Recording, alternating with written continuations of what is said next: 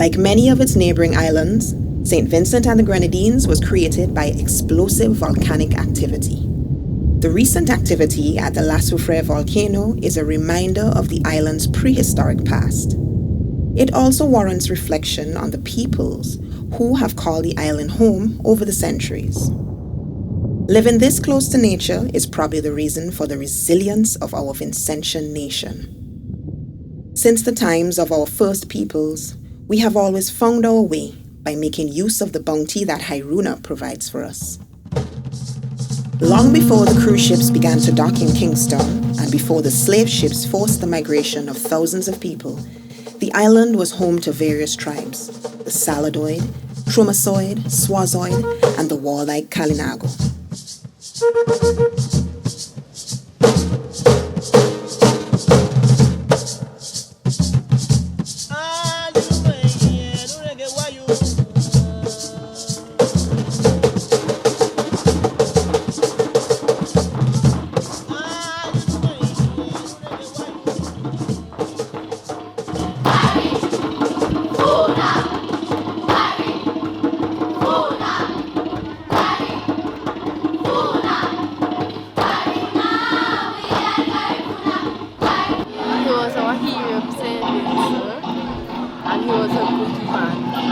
Goblet, this was for water. Have a cabin representing the canoe.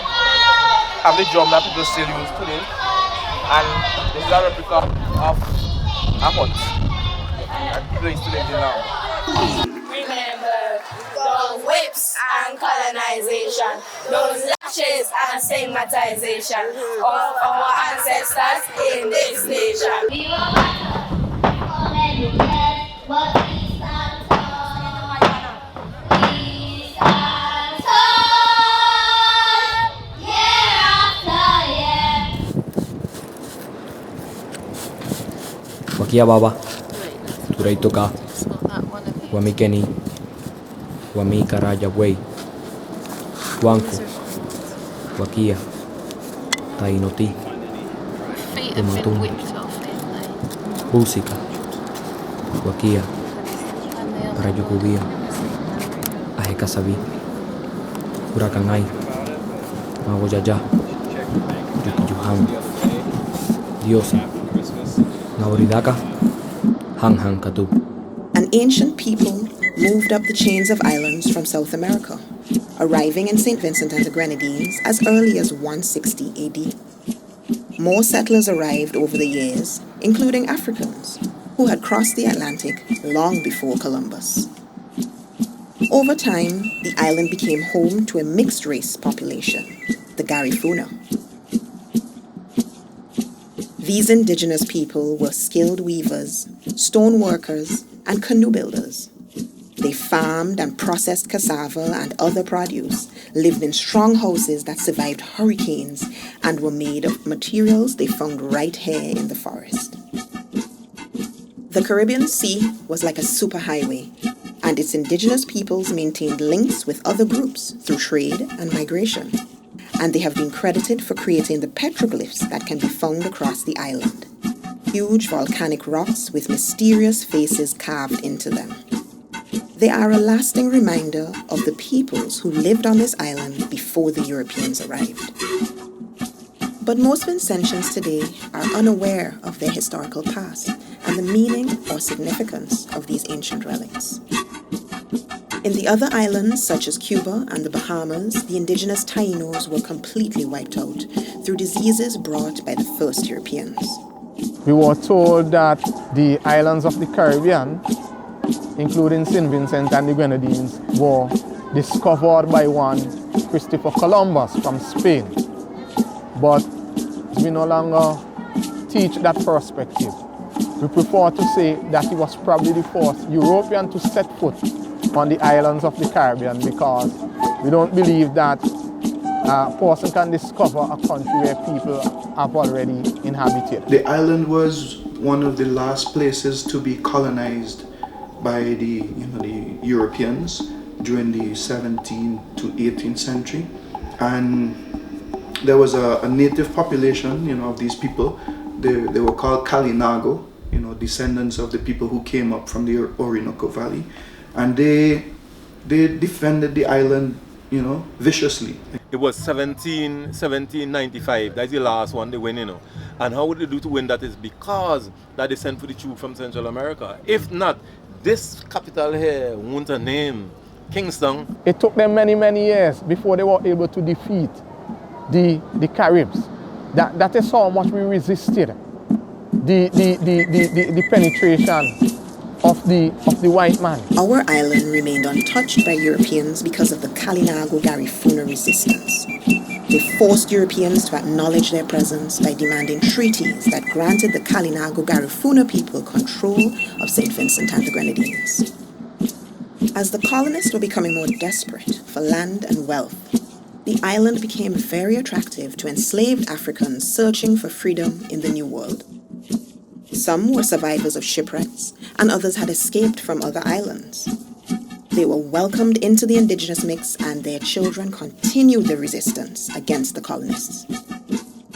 The Europeans refer to the Garifuna as the Black Caribs, and they are the ancestors from which many modern Vincentians are descended. The British call them the Black Caribs, right? And they use this blackness to discredit these people, the right to their home, to the island, so they could take it away from them.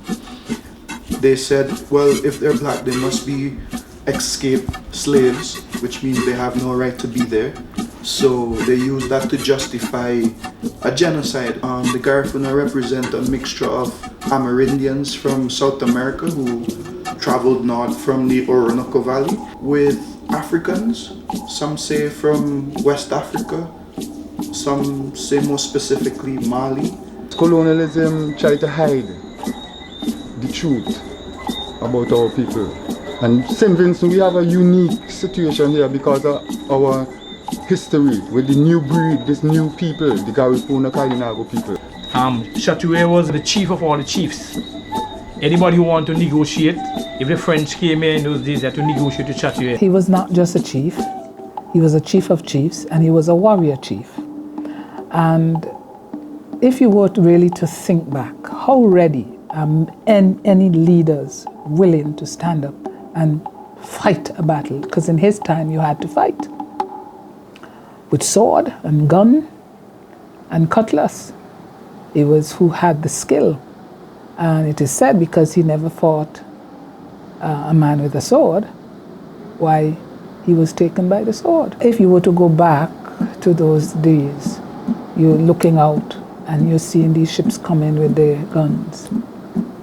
You don't have guns. Maybe the French may have given them some guns, but you have to get the ammunition to continue the war. It was a war that was going on for 12 years because he didn't know any other king. He was the king. Chatouet is a French adjective which means to shimmer, in very much the same way that the eye of a cat shimmers and seems to change color when light hits it. As a matter of fact, the name Chatouet is rooted in the word chat, which is French for cat. Check it. So it is possible that the name Chatouet was actually a reference to his personality, his characteristics as a warrior, and not necessarily his last name. No one really knows right now to say definitively how Chatouet died. But I think most historians point to the fact that he was ambushed, right?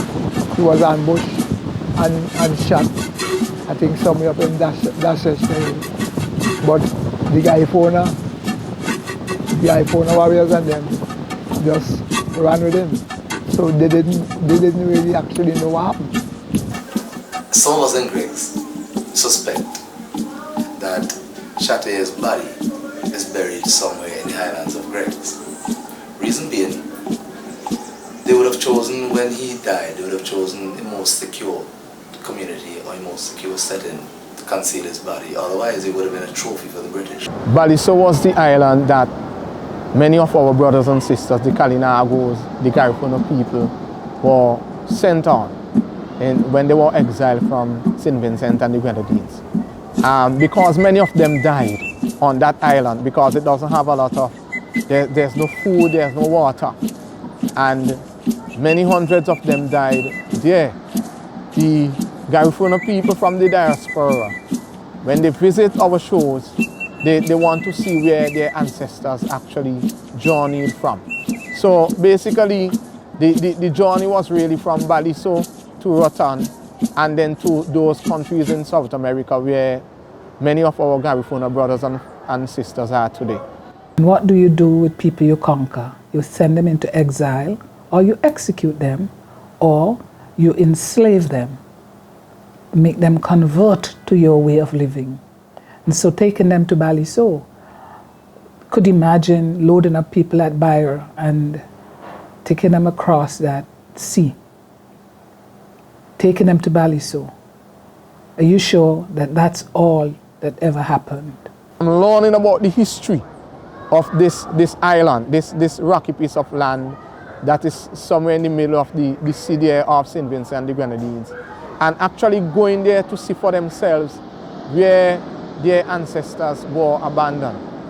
It is something that they look forward to seeing.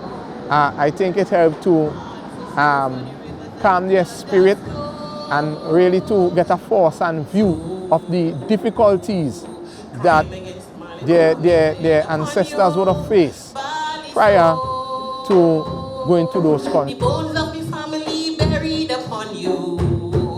Forget, you know, respect for sure. Make Aliso and me mental to the Garifuna people. My first encounter with a good group of people from that represented our ancestors that came, and they had such a holiness of approach to the place because it had seen terrible things had happened on Baliso, and they felt the presence of something crying out, an echo for recognition and understanding of what took place on Baliso.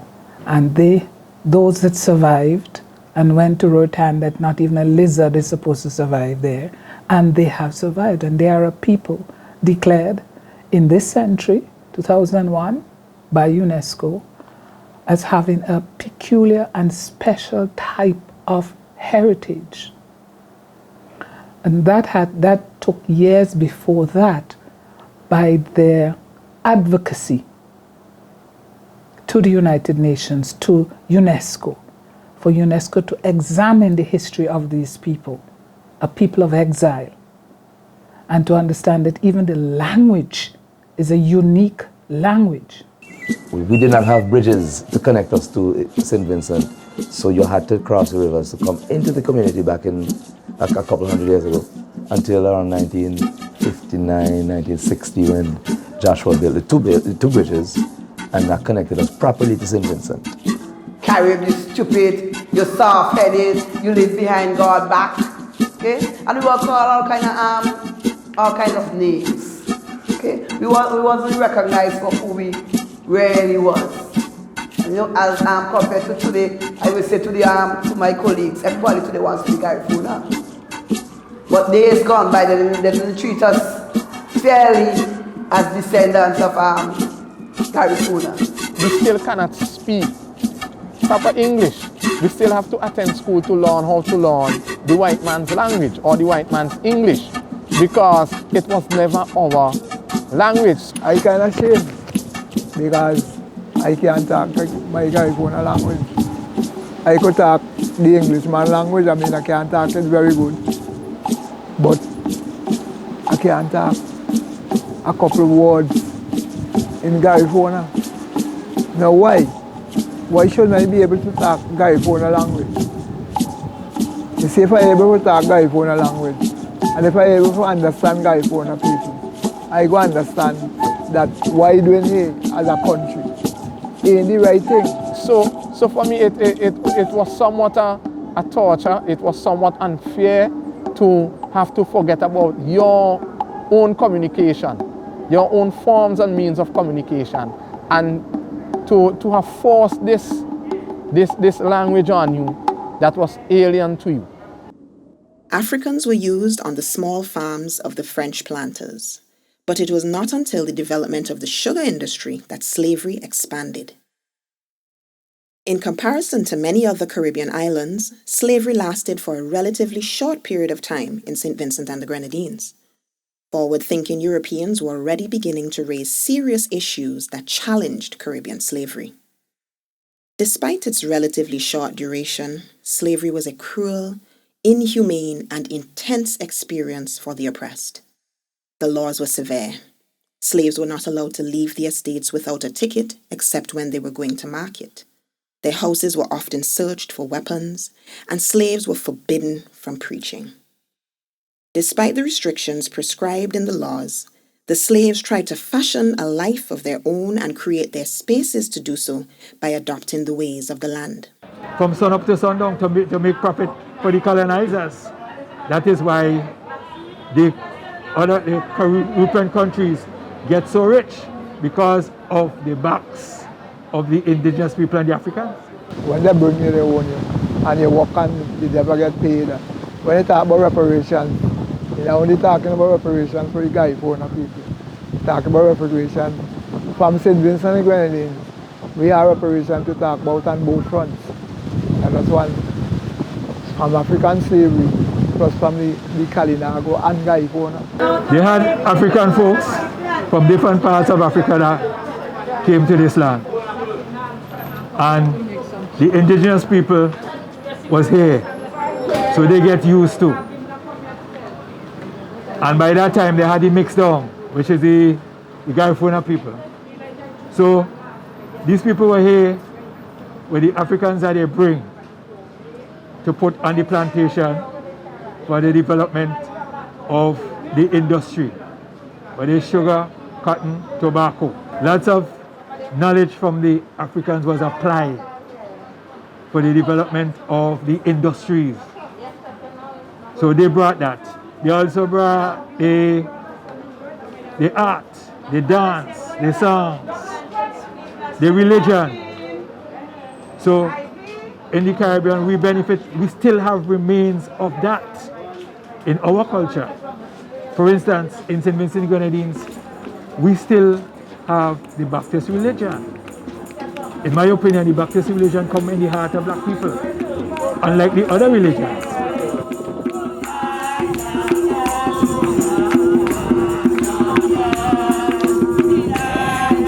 My drum is from the African section, This is more a drum style, but the Garifuna make a drum a different style.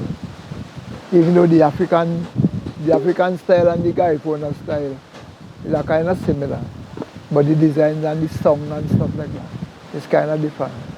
Because the Garifuna just build like about two major drums, right? A premier and a second.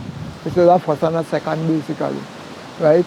A bassy rhythm and a high pitch rhythm, right? So, but the African will be more building like a djembe, right? And I think the basic principle may be the same, right? That the drum is a sacred instrument, because the drum not only a musical instrument. Nowadays we just see the drum as music, but those days was a communication. I use what was left by my generation, plus I use the elements of history, culture, tradition, heritage, and environment to develop my artistic ability. My surrounding, my environment is what I use to help me to develop my banana leaf products that I develop to make pictures that reflect my history. The indigenous peoples, the Caribs, the Garifuna, both home and abroad, and we have also included the Garifuna diaspora that may not necessarily be Vincentian, but who recognize and identify with the Garifuna of St. Vincent and the Grenadines, who recognize St. Vincent and the Grenadines as their homeland, and therefore they see as part of their responsibility to assist in the development of this culture. In the North Windward area, we have a lot of the indigenous practices being maintained in that area. And we have, for example, the National Heroes Festival, which takes place in March of each year. And what we have done is to encourage, to work along, supported financially and technically the group in that area. We have done the same with the group in the North Leeward area and the group in the Greggs area. Those are the three areas which I think we have the strongest remaining indigenous culture of St. Vincent and the Grenadines still residing. And we have provided monetary and technical support for the groups in those areas to continue to promote the festival. We have actually extended the celebration to a whole month. So we have National Heroes and Heritage Month. Craft production is an aspect of our culture that manifests interactions between people, their environment, and their communities. I did a lot of sketches relating to the artifacts. He would find a piece of work and then he would explain to me. And based on his explanation and the organization and the work that I have, I would try to develop that into a whole piece of pottery. They tried to give us the impression that our people were ignorant, didn't have any culture, didn't have everything. But they had some very interesting pieces there, some very elaborate pieces also, in terms of bowls and pots and general artifacts, because you know, these times people didn't have anything they wanted, they had to do for themselves. They had to organize their pots and pans and spoons and knives and cutlasses, everything. You know, you can't run in the store them time and buy anything. My mom will make me stay home half day from school because she uses to make the copia basket. So that was her living of making the basket so that we can get to go to school. So I will have to stay home every Friday, and there was the estate at Orange Chair. I will take the basket down to Orange Chair, got them sold, and so that we can have our life living. And I learn a bit from her. Some people sell it copio, some people say pandanas, they call it screw pine, but our own indigenous people was saying penguin. I believe it way back from the Caribs, they were growing. So we still have it. So this is how it look like, but this is the dry one.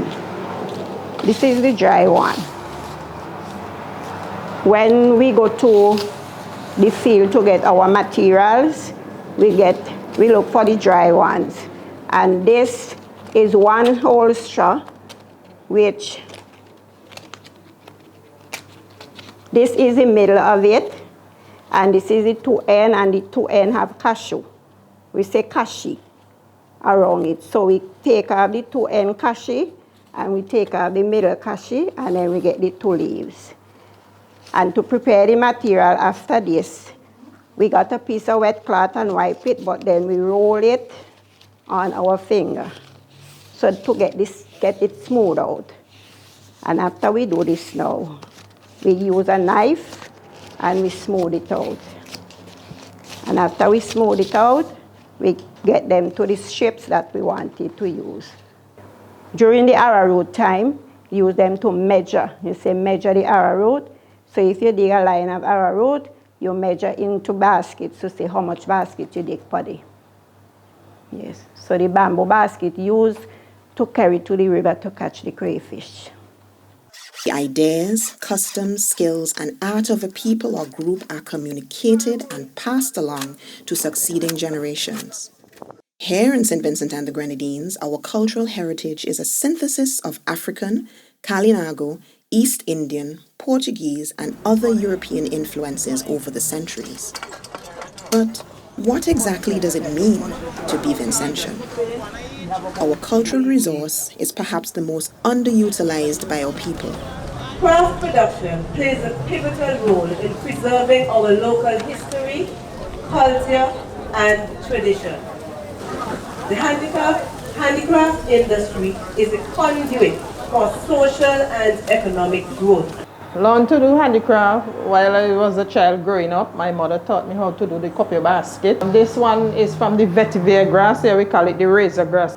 This is where you use the straw and the coconut pointer, and you wrap the straw around the coconut pointer. You have to go into the mountain, pull it off the tree, strip off the skin, clean it, strip it into small pieces, and then you weave. But you have to wet it so that it could keep soft. Calabash is something that they used to be using in those days, especially for eating. These are what they used to use for eating, and the clay pots that they make as well. But now we use them and we design them in beautiful designs and do other things with them. One of the petroglyphs from back in the days of the Kalinargo people. The indigenous culture of St. Vincent is alive and could be flourishing if, I think, the artists and craftsmen and so on, if they had the opportunity for getting more exposition as this one. So we are trying our best, we are doing our part in trying to expose them and bring the public to them. And I hope it works out well for all of them. Many aspects of our culture are dying, or some may say shifting, as the younger generations embrace the North American lifestyle, which seems to have a much greater attraction for them than our local traditions. St. Vincent has an indigenous tradition of craft, inspired by the wealth of artifacts, stories, cultural practices handed down by our ancestors. The older folks, not too much into it. So we see it fit to start with teach the children, okay? So that as they grow up, they will get interested, and then once they know it, they will be able to pass it on later on.